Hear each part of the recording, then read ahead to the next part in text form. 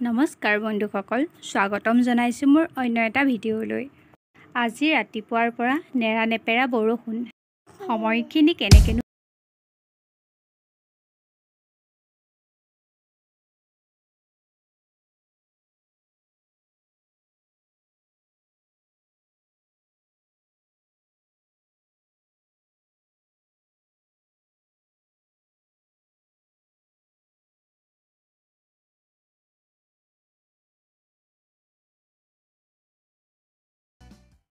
বতৰৰ ফল কঁঠাল।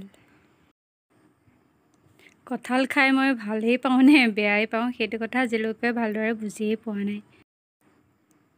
কঁঠালটো কাটি কঁঠালখিনি উলিয়াই পেলাই ভাবিলোঁ কঁঠালৰ পিঠা বনাওঁ।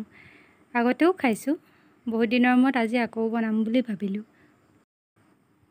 কঁঠালখিনি চৰিয়া এটাত উলিয়াই ল'লোঁ। আঠাবোৰ য'তে ত'তে লাগিলেতো ৰক্ষা নাই আৰু কঁঠালৰ আঠা। খুব সাৱধানে কঁঠালখিনি উলিয়াই ল'লোঁ।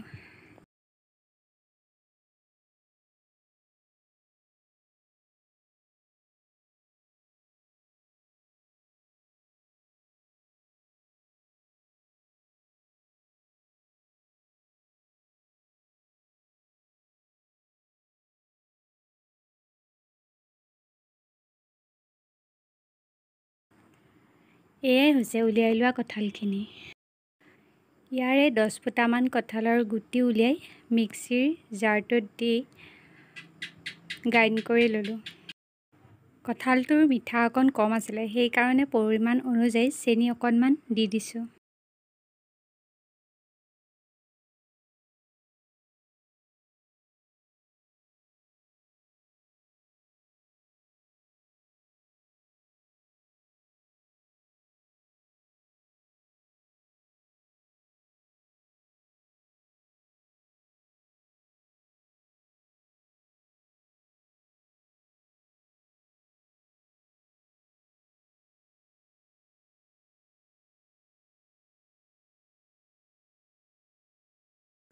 সামগ্ৰীখিনি দি পেলাই ভালদৰে লৰালোঁ।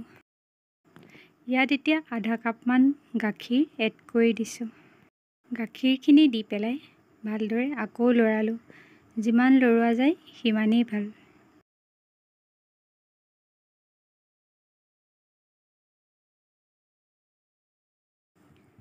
মিশ্ৰণটো ভালদৰে লৰাই আধা ঘণ্টামান ঢাকন এখন দি পেলাই ৰাখি থ'লোঁ।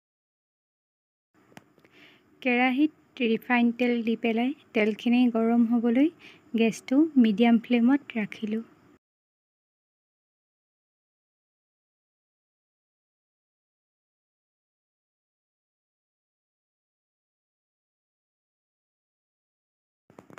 তেলখিনি গৰম হোৱাত সৰু চামুচ এখনেৰে এটা এটাকৈ পিঠা দি দিলোঁ।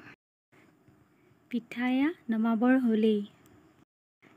গেছটো হাই ফ্লেমত ৰাখিলে কঁঠালৰ পিঠাৰ ওপৰ ছাইডটো বেছি ৰঙা হৈ যায়।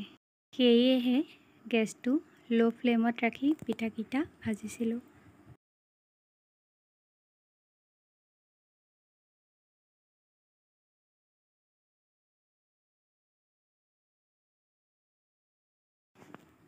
পিঠাকেইটা বনাই হ'লেই, এইকেইটাই শেষৰ। লগত গাখীৰ আৰু বিস্কুট দি হেঁপাহ পলুৱাই খালোঁ। মনত আজি বৈদ্য দুখ। আজি আমাৰ বিয়াৰ 6 বছৰ হ'ল। দুখৰ কথা চবেই পাহৰি থাকিলোঁ, ময়ো পাহৰিলোঁ আৰু মানুহজনেও পাহৰিলে। কিনো কৰিম আৰু, দুখ লাগিছে অলপ। কোনেও উইচ নকৰিলে। সেয়া সুখে সকলো অভিজ্ঞতাৰে আৰু এটা বছৰ অতিক্ৰম কৰিলোঁ আমি। সকলোৱে আশীৰ্বাদ কৰিব যাতে আগলৈও মৰম চেনেহেৰে এনেকৈয়ে একেলগে থাকিব পাৰোঁ। সকলো নিৰোগী হৈ থাকোঁ, সুস্থ হৈ থাকোঁ, তাৰে আশীৰ্বাদ কৰিব। ভগৱানৰ আশীৰ্বাদ ৰূপে এয়া আমাৰ লগত আমাৰ ছোৱালী।